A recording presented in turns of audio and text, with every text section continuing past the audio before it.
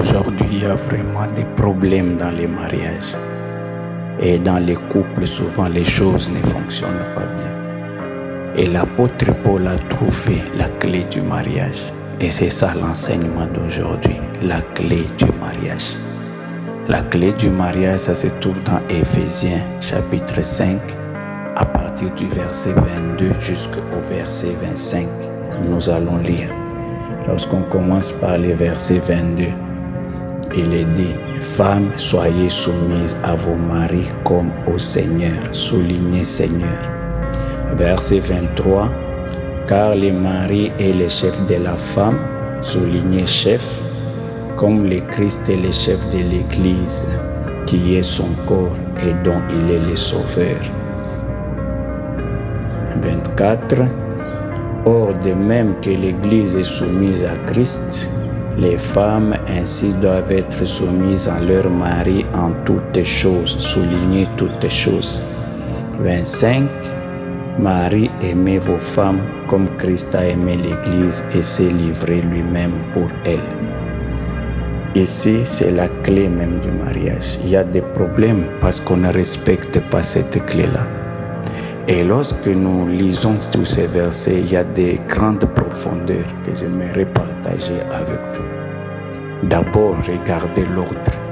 On a commencé par dire que la femme, c'est elle qui devrait commencer d'abord par être soumise, et puis le mari l'aimer après. Cet ordre qu'on ne sait pas par hasard. On aurait dû commencer par dire mari, aimez vos femmes, et puis femmes, soyez soumises. Non. Les deux choses sont liées. La première des choses, c'est à la femme d'être soumise. Donc la première action de faire, c'est la soumission de la femme. Et c'est cette soumission de la femme qui va déclencher l'amour. Parce qu'en général, dans ces versets, l'homme aime une femme soumise. Pourquoi? Parce que l'homme a été institué comme chef. On appelle être soumis comme Seigneur.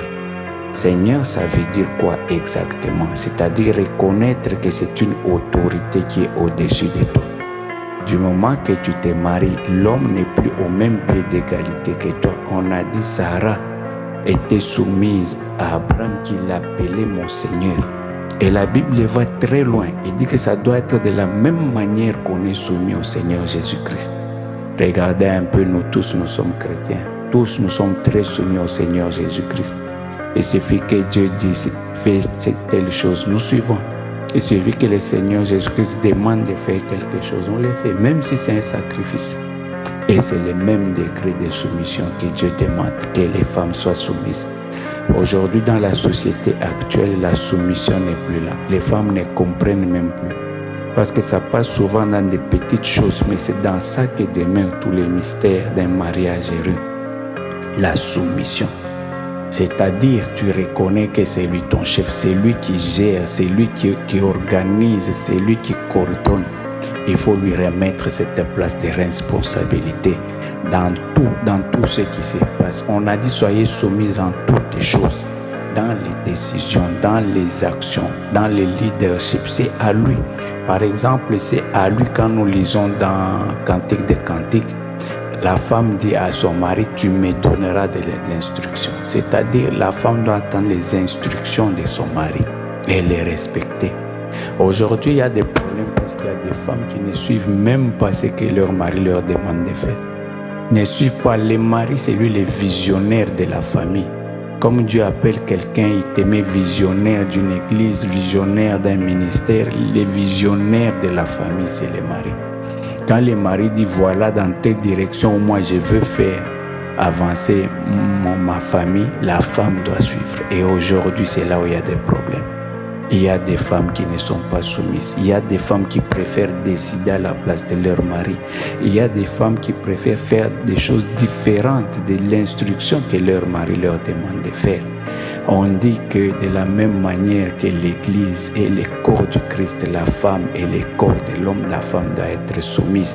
L'homme, c'est la tête. Par exemple, dans ton corps, tout est coordonné et soumis au cerveau. Tu ne vas jamais voir, par exemple, une jambe qui commence à agir d'elle-même sans orientation du cerveau. Là, tu vas tomber, tu ne peux pas marcher. C'est pareil. Aujourd'hui, nous avons des problèmes dans les couples je parle aux mamans, je parle aux femmes, les femmes ne sont plus soumises. Et c'est ça qui crée beaucoup de problèmes. Dieu a mis ce système en place pour qu'un mariage soit paisible, un mariage soit en équilibre. Il faudra que la femme soit soumise. On a dit qu'il faut être soumise en toutes choses. Le mot toutes choses, ça veut dire dans tout. Dans le moindre détail, une femme, tu dois savoir qu'est-ce que ton mari veut, dans la manière de t'habiller, dans la manière de te comporter, quelle est la vision de ton mari. Si tu sais que ton mari n'aime pas telle chose, mais cette chose-là, il ne faut pas la faire parce que c'est pas ça la soumission. La soumission, c'est même dans la cuisine que tu prépares. Il y a des femmes, quand les maris disent j'aimerais par exemple manger ça, non, tu dois manger telle autre chose, non. C'est-à-dire dans les mariages, toi la femme, tu n'as pas le pouvoir de décision.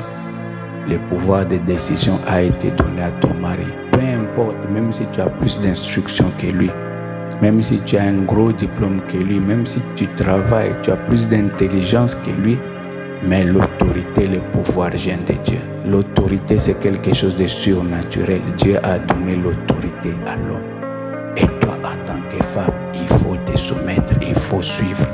Et je vous ai dit qu'il fallait se soumettre comme au Seigneur, c'est-à-dire arriver à un niveau où tu considères ton mari comme ton Seigneur. Un Seigneur, c'est quelqu'un qu'on honore. Un Seigneur, c'est une autorité. La manière même qu'on parle à quelqu'un qui est élevé. Par exemple, lorsque nous allons dans des bureaux voir, par exemple, demander audience chez les ministres, ou même quand on écrit une lettre à une haute personnalité, le ton de la lettre, elle est différente. On n'écrit pas n'importe comment. Même la formulation, il en est de même. Quand tu parles à ton mari, tu dois chaque fois te rappeler que tu parles à une autorité spirituelle. La manière dont tu parles, même s'il a tort, toi la femme, tu dois reconnaître que celui-là, Dieu l'a mis au-dessus de toi. Et c'est dans ça qu'aujourd'hui les mariages ne fonctionnent pas. Beaucoup de femmes ne sont plus soumises. Beaucoup de femmes préfèrent gérer les mariages. Les mariages, c'est comme un véhicule. Dans un véhicule, il n'y a qu'un seul volant. Et aujourd'hui, nous avons des mariages, des véhicules avec 2 volants, où chacun veut aller à gauche, à droite. Ça ne peut pas aller. Une femme, tu dois tout faire pour rentrer dans la vision de ton mari. C'est-à-dire au moment où tu te maries. Aujourd'hui, la tendance, quand une femme se marie, elle porte même le nom de son mari. Ce n'est pas seulement le nom que tu dois porter sa vision, tu dois porter sa manière de voir les choses, tu dois porter son instruction, tu dois porter son orientation, tu dois porter sa conduite. C'est ça qu'il s'agit. Donc tu dois savoir lui demander quelle est sa vision. Quand le mari te dit va dans telle direction, même si tu n'es pas d'accord, au nom du principe de la soumission, il faut suivre pour qu'il y ait de l'équilibre dans le mariage. Et la femme a le rôle de conseiller en réalité. La femme n'a pas le rôle de décisionnaire dans un mariage. Ça, c'est quelque chose d'important que les femmes doivent souligner. Tu as le rôle de conseiller. Tu peux avoir par exemple un conseiller d'un cabinet, un conseiller du ministre. Les décisions que les ministres prennent en réalité, c'est cette personne qui amène, qui conseille, qui oriente. C'est ça le rôle que Dieu a donné à la femme. La femme a le rôle de l'influence, le rôle d'orientation, de conseiller. Mais en aucun moment tu ne vas voir un décret signé par un conseiller. Le décret n'aura pas d'effet. Il en est de même. Chaque fois que toi, une femme, tu commences à décider dans ta famille sans l'aval de ton mari, ça n'a pas de valeur du point de vue spirituel et ça va créer des difficultés. Pour toutes choses, cherche à avoir la validation de ton mari. Regardez cette femme sunamite. Un jour, elle voulait construire une maison pour les serviteurs de Dieu, les prophètes Élisée. Mais elle est allée dire à son mari, je vois que cet homme est un vrai homme de Dieu. Faisons-lui une maison avec une table, avec une chaise. Elle est allée exposer son plan à son mari. Et quand le mari a validé, c'est alors qu'ils ont fait. Mais aujourd'hui, des femmes décident seules. Même si tu dois inviter un serviteur de Dieu dans la maison, est-ce que tu as l'aval de ton mari? Des fois, le mari peut être là, vous êtes étonné, quelqu'un est dans la maison, la femme l'a appelé sans savoir pourquoi. Oh, parce que c'est un homme de Dieu. Non. les principes de Dieu restent. Tu dois aller à la prière, veiller des prières, mais ton mari doit donner son aval. Si le mari n'accepte pas, il ne faudra pas aller parce que notre Dieu est un Dieu de principes. Du moment où tu ne te soumets pas, tu vas à l'église, toute ta prière sera inutile. Donc c'est aux femmes de faire le plus grand du travail. L'ordre a été bien donné. On a commencé à dire pas que les femmes soient soumises. Et on a dit en toutes choses, dans les moindres détails, tu dois être soumise. Tu dois savoir avec quel ton tu parles à ton mari. Parce que ton mari, en réalité, c'est plus que ton père. Parce qu'on a dit, Dieu l'a mis au même niveau que lui-même. La relation que tu as avec ton mari, c'est le même niveau que la relation qu'on a avec le Seigneur. Donc Dieu attend le même niveau de soumission. Toute femme qui ne se soumet pas à son mari, même si tu pries, Dieu ne va pas répondre à tes prières. Voilà pourquoi aujourd'hui tu vas voir, il y a beaucoup de femmes qui prient dans les églises, rien ne marche. Parce que la loi principale n'est pas respecter la soumission. Et aujourd'hui, beaucoup de couples, on dirait même 90% des mariages sont en difficulté par manque de soumission. Aujourd'hui, les femmes ne sont plus soumises.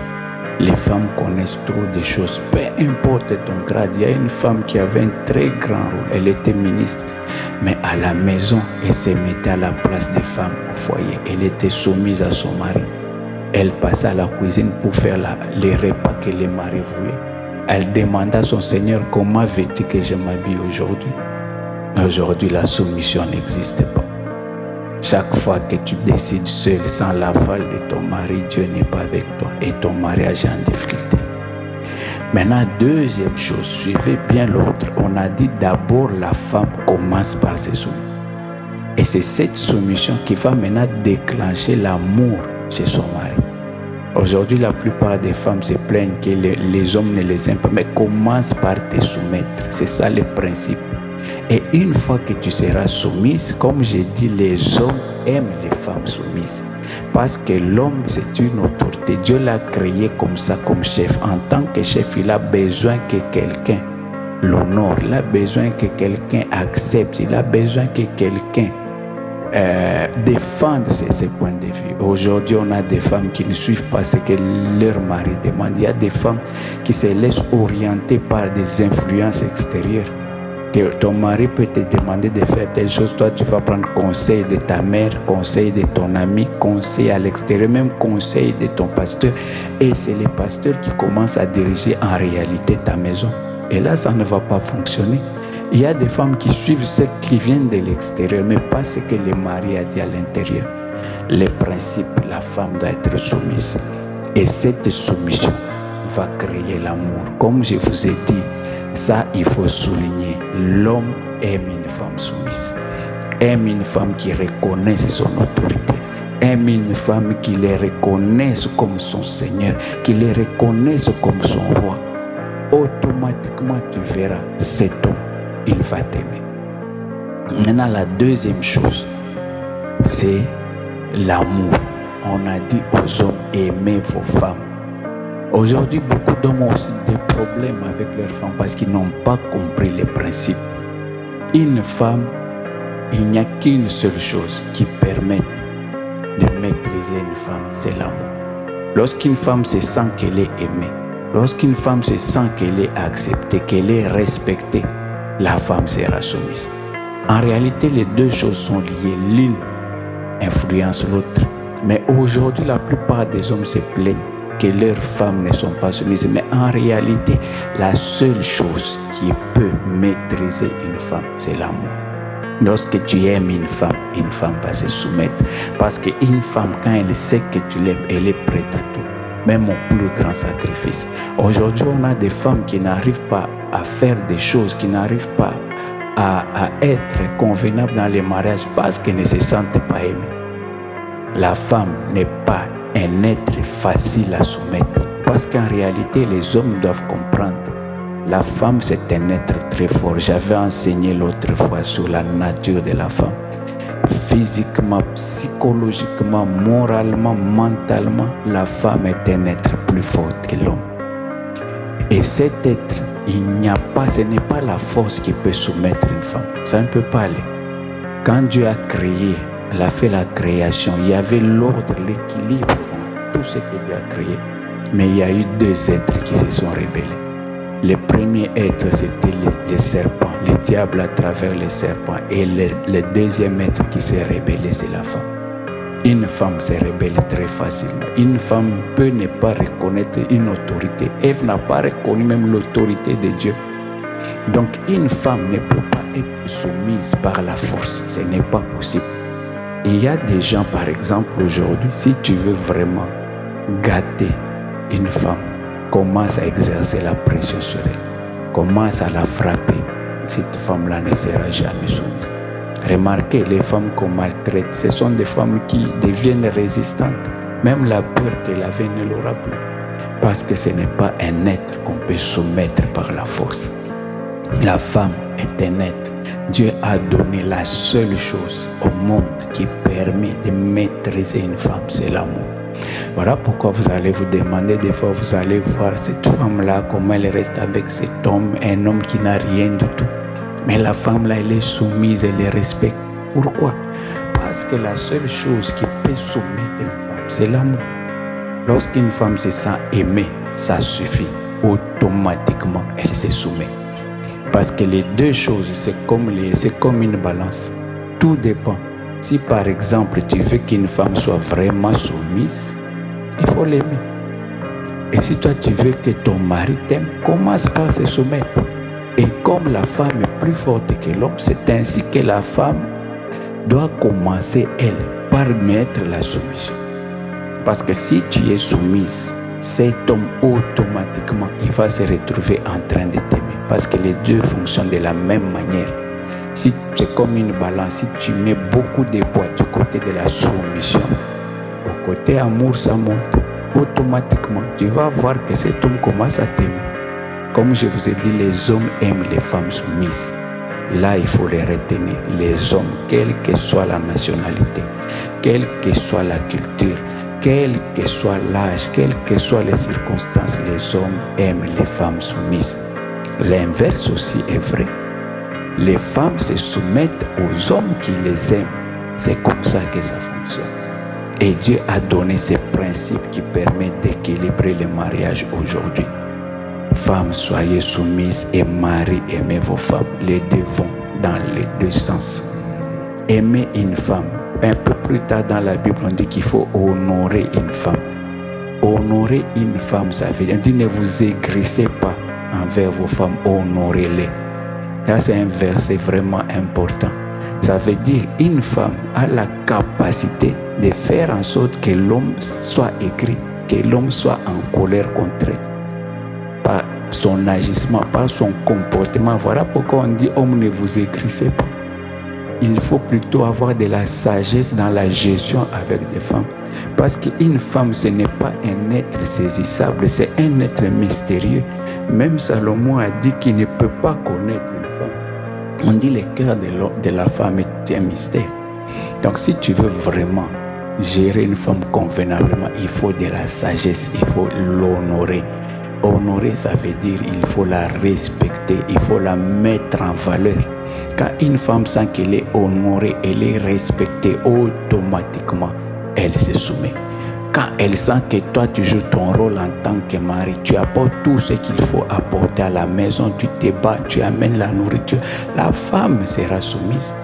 Mais si toi, tu es un homme irresponsable, la femme doit se débrouiller elle-même pour trouver de la nourriture. Et puis toi, tu viens, tu dis, femme, soyez soumise. Mais en fonction de quoi va-t-elle être soumise? Elle n'est pas honorée. Donc toi, en tant qu'homme, tu dois la protéger, tu dois la sécuriser même de l'extérieur, la sécuriser de tout ce qu'il y a comme danger. Parce qu'en réalité, une chose que vous ne savez pas, pour la femme, tu es son père. Et te considère comme son père. Aujourd'hui, il y a même une tendance, la plupart des femmes appellent leur mari papa. En réalité, elle te considère comme son père. Et c'est ça qui manque aujourd'hui. C'est de la responsabilité, de la sécurité. La femme a besoin de se sentir en sécurité. C'est que tu es là, tu vas la défendre. Mais aujourd'hui, il y a des hommes de plus en plus irresponsables. On veut qu'une femme soit soumise. La soumission de la femme a un prix. Dans ce qu'on a dit, aimez vos femmes, ce n'est pas seulement dire des paroles d'amour. Non, c'est à travers les actions, c'est à travers la responsabilité, à travers ton comportement envers elle. C'est ça qui va faire que cette femme se soumette. Aujourd'hui, les hommes critiquent les femmes, mais vous ne jouez pas votre rôle. Regardez Adam, c'était un homme responsable. Malgré l'erreur qu'il a eue, il n'a jamais rejeté sa femme.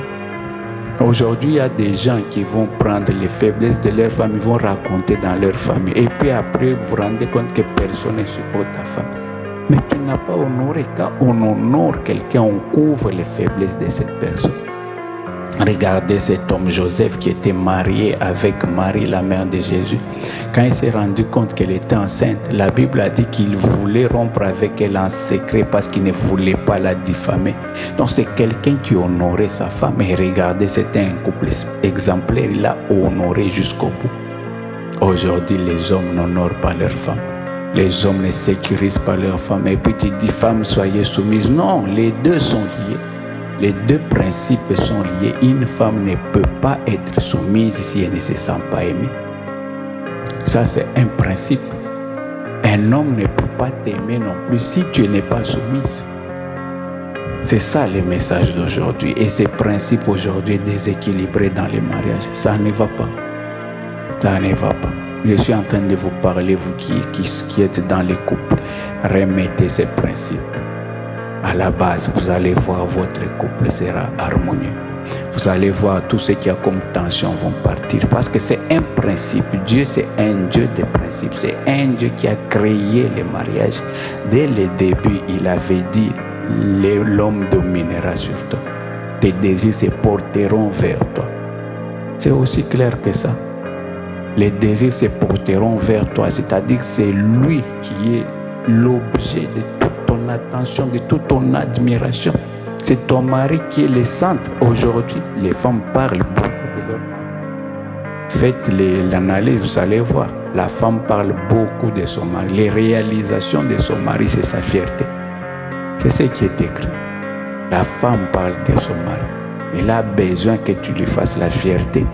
Mais si toi tu es un mari ivrogne, tu fais la honte, elle ne va pas parler de toi. La femme a besoin de parler de ton mari parce que tes désirs sont portés vers toi. Et le mari doit sécuriser sa femme, doit honorer sa femme. C'est ça le message d'aujourd'hui. Les principes qu'on a développés dans Éphésiens 5, 22 à 25. La première des choses, c'est à la femme de commencer. C'est comme ça, c'est ça l'autre. Aujourd'hui, je ne sais pas dans quel état se trouve ton mariage, mais appuie le bouton. Et le premier bouton, c'est toi, la femme, commence par se soumettre. Et cette soumission va déclencher l'amour. Même si tu vois que ton mari était difficile, mais quand tu commences à te soumettre, tu vas voir qu'il va devenir tout. C'est comme ça que ça fonctionne. Et si on remet ces principes en place, vous allez voir, tout va revenir. Soumission, c'est-à-dire considère-le non pas comme ton ami. Ton mari n'est pas ton mari, ton ami. Ton mari, c'est ton Seigneur. Dieu l'a mis à une position plus élevée. Il l'a mis à la même position que lui-même. Et les femmes seront jugées selon la manière dont elles se comportent envers leur mari. C'est ça le principe. Et les hommes seront jugés de la manière dont ils aiment leur femme. Ils les protègent. Au nom de Jésus. Amen.